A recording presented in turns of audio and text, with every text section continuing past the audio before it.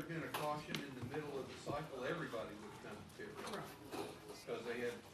We are now joined by the race winner for today, Shriners Children's 500, Christopher Bell, driver of the number 20 Rheem Toyota for Joe Gibbs Racing. We're going to go ahead and open the floor up for questions. If you have a question, raise your hand. We'll get a wireless mic to you. We will start there with Bob.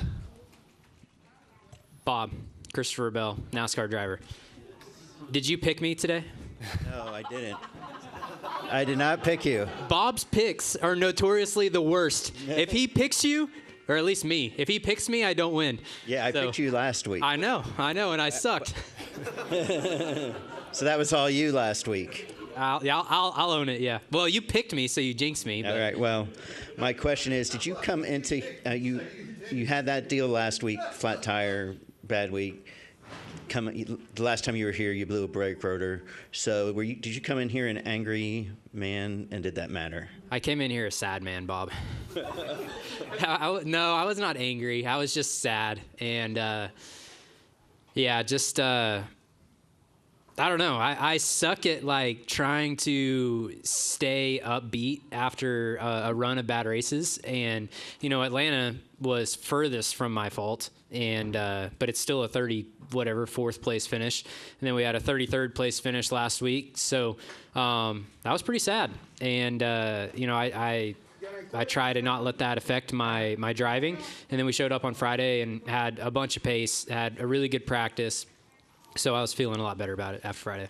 So were you sad after a pit stop dropped you to 10th, and then during the pit stop cycles, you're around 20th? Yeah, I went to mad. I was mad then.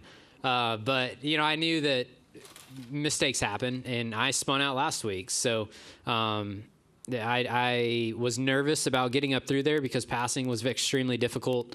And my car was not very good whenever I was back in traffic. On the restarts, I struggled to move forward, and it took me a couple laps for this field to get strung out before I could start making passes. So that was disheartening. And then whenever they flipped the strategy, or the yellow came out and flipped the strategy and buried us, I don't know. I was probably less mad at that point than I was whenever we lost the lead from the pit stop, but at that point, it was just like, okay, well, if I get to 15th or 10th or whatever it is, it's going to be. And I think I got to the first car on 4 tires, and then it started looking a little bit more positive. I wasn't thinking win at all until I got to 3rd behind the 54. And I knew the 19 didn't have enough gas to finish, and the 54 was on right side tires. So I knew that I was in pretty good shape at that point. Go next to Jeff and then to Eric. So obviously you come out here for the test and, you leave feeling optimistic, and Toyota in general is like, oh man, like maybe we have something here.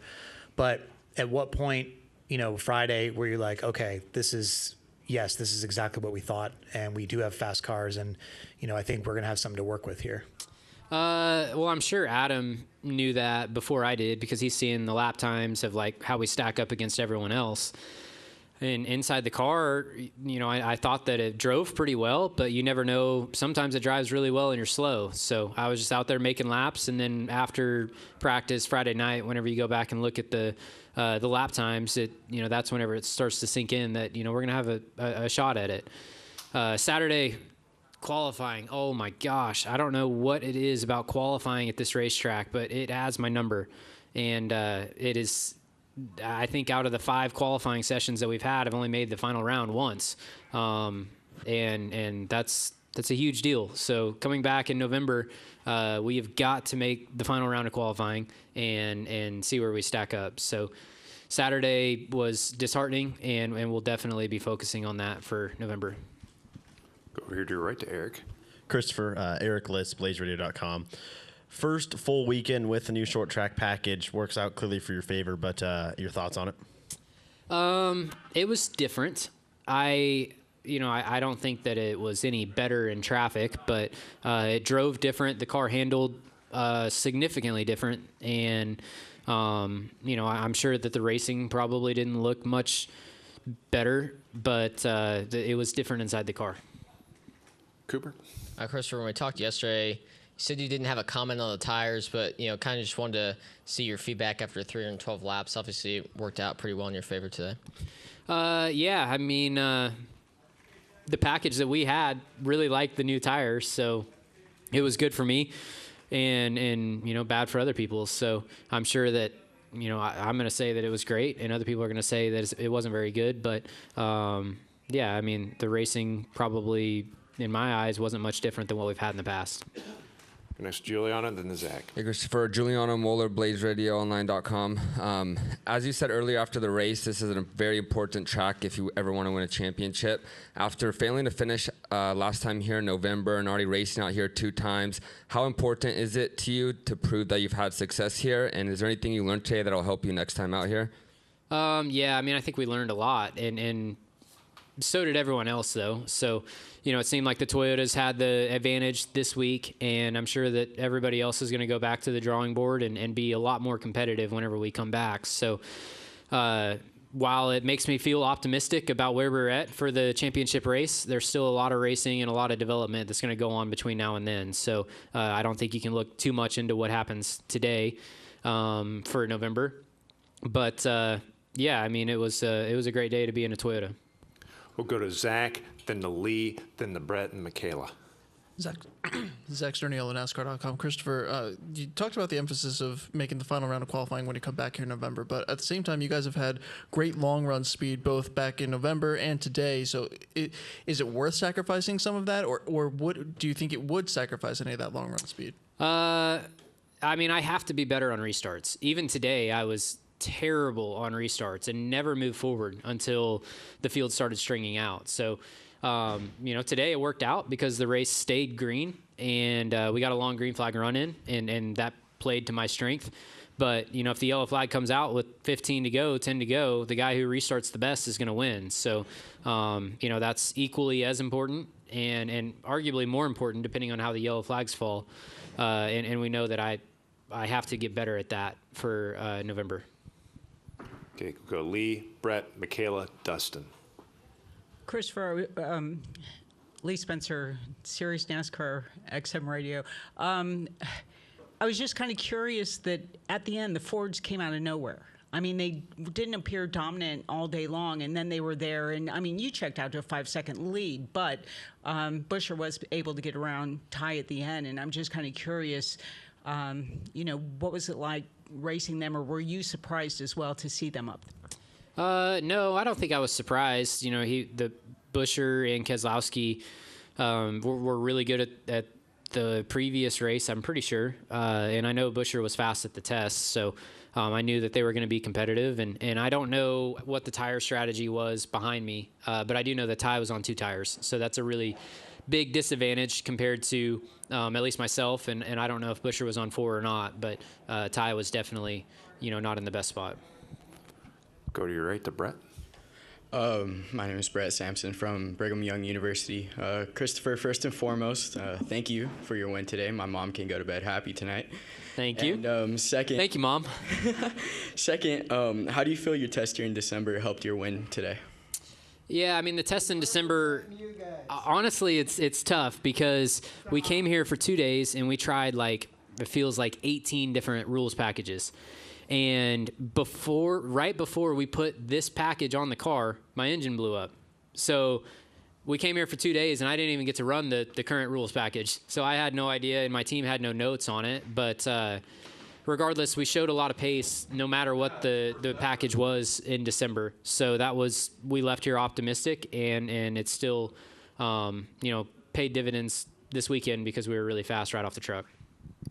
We'll go to Michaela, then to Dustin, then to Dominic. Hi, Michaela O'Bannon from the Lumberjack. So obviously, as we talked about just all weekend long, there's a new short track package. There's new tires, new Toyota body, just a lot of new stuff. How much of this, of the new package, can you credit to today's win? That's a good question. I don't know. It drove a lot different. I know I've already said that, but I guess less diffuser and more spoiler on the car made the car slide around a little bit. You could definitely drive it looser and more sideways than you could in the previous races. And Yeah, I mean, I think it definitely shook up the field, and whenever we come back in November, everyone's going to have a lot more development on these tires, on this aero package. So I would expect November to be a much different race. Hopefully the same winner, but I would expect it to be a much different race. Dustin? Dustin Long, NBC Sports. Can you take me back to the after you were 20th on the restart, and at that point, I know you say you're not thinking about win, but a key moment was getting by the 45 because you're on the same strategy. Can you take me back on how you were able to do that? Because that seems like, in one sense, that's a very key move because he got stuck in the mess after that. Yeah, honestly, I don't even know how I passed him. The restarts are just so crazy here. You're 3 wide, 4 wide, and I have no idea. You don't even really see cars or car numbers at that point. You're just trying to go find clean air and run a lane that they're not in. But yeah, I broke through, and I knew that the 45 was on 4 tires, and he was, clearly one of the best cars today. So whenever I got by him, I knew that. I still didn't think I was going to win, but I knew that I was in a good spot being the first car on my strategy. And for as much as you talked about in the first stage on the radio about how tight the car was and the struggles there, you guys make the adjustments. Then in the second stage, I think it was like 50 to go. Adam's like, hey, you guys are in good shape. But he almost said, don't worry about the first 2 cars. He did. And you ended up racing everybody back and winning that stage. And I'm curious, when did you feel like that car was, as you're making the move, hey, there's something here, this is not like earlier, and maybe I can go get this stage win? Yeah, probably, I don't know, 10, 20 laps into the second stage, and it wasn't immediate. Like whenever we restarted stage 2, I didn't get a good restart, and I was still struggling a little bit. But then once we got some separation and I was able to move around and get clean air on my car, or cleaner air, it drove better, and I was able to make passes. And I didn't know that I was capable of winning the race until late in stage 2, really whenever I got to third, and then I could see myself closing on the 2 leaders. So yeah, it wasn't until late in the second stage that I knew that I had a car capable of winning. And what does this mean for this team? Obviously, you've been to the championship for the last 2 years. You've talked about, hey, so much can change between now and then, so there's still a lot of the season to go. But for you guys to be fast all weekend and to overcome obstacles, what does this do for this team at this point moving forward? Yeah, I mean, I just hope that this gives a little bit more insight to, the world, the capability that the 20 team has. And I feel like the last 2 years through the next gen era, myself and everyone inside of our team has seen glimpses of the potential, but haven't really been able to live it to fruition yet. So, I say this a lot, and there, the rest is up to us to make it happen, but I feel like this is just the beginning. And making the Final Four and winning 1 or 2 races a year is that's not our end goal. Like, we don't want to be a 2-win, 1 or 2 win a year team. We want to be be a championship contender year after year, and multiple race wins year after year. Next to Dominic. Dominic Ottagona with the Racing Experts. 4 races, 4 different winners. So in your opinion, do you think we get 16, 17 winners? Do you feel like you need to have another win to feel secure for a playoff spot this year? Well, technically we're race 2 of the real races. So, I don't even know who won Daytona. Byron. Okay, Byron won Daytona. So, really, I think everyone in the industry knew going into the season, having Daytona and Atlanta back to back with the reconfiguration of Atlanta, that nobody knew, or they were going to be possibly 2 different, unexpected winners. And Byron is definitely not an unexpected winner. And so we're 2 races in, and it's, I think we're seeing a trend of who's going to be up front. And so I don't think that we'll get there this year, and I think the races, you'll see the normal contenders start being up front more often. Do we have any additional questions for our race winner? Let's go back to Bob Pockrass. You said you felt like the race was going to be different in November. How so? Just because everyone is going to have so much more development time on this aero package. And, we showed up and the Hendrick cars, they clearly missed it this week, right? And they're not going to miss it in November whenever a championship's on the line and they've had however many races to, get their setup dialed in. So clearly the JGR cars and the Toyota group hit on the setup the best. And we saw that in 2022 whenever Next Gen was first introduced. The Fords smoked everybody this race. So it just takes time with these changes to optimize it. And we're on the winning side of it this time, but the field is going to be, tighter. And I would expect that, the favorites are going to be up front whenever we come back in November. We'll finish here with Elliot. Elliot Stern, Sports Talk 805. You said in stage 2 when you started to stretch out and you could get some clean air and you could maneuver and start moving through the field. So did that give you the confidence that you could do it again when you had to do it again on stage 3? No, it did not. Was it fun? Whenever, is it fun? Yeah, I mean, driving race cars is fun, but it's not very fun in the moment. Sitting here right now looking back at it, yeah, it's a lot of fun passing cars and driving through the field. But, I just drove through the field once, and whenever I got put back, I didn't think that there was any way that I could do it again. And as the race progresses, it gets harder and harder to pass for the same development reason. Everyone's working on their cars, their balance is getting closer, so it becomes harder to pass later in the race. And I didn't think that there was any way I was going to be able to make it up through there twice. But you did, and then you just blew their doors off. I drove a rocket ship today, that's for sure. And it's a credit to my car, not me. Christopher, congratulations on the win, and good luck next week at Bristol Motor Speedway. Thank you, guys. Take care. Don't pick me next week, Bob. He didn't even hear me.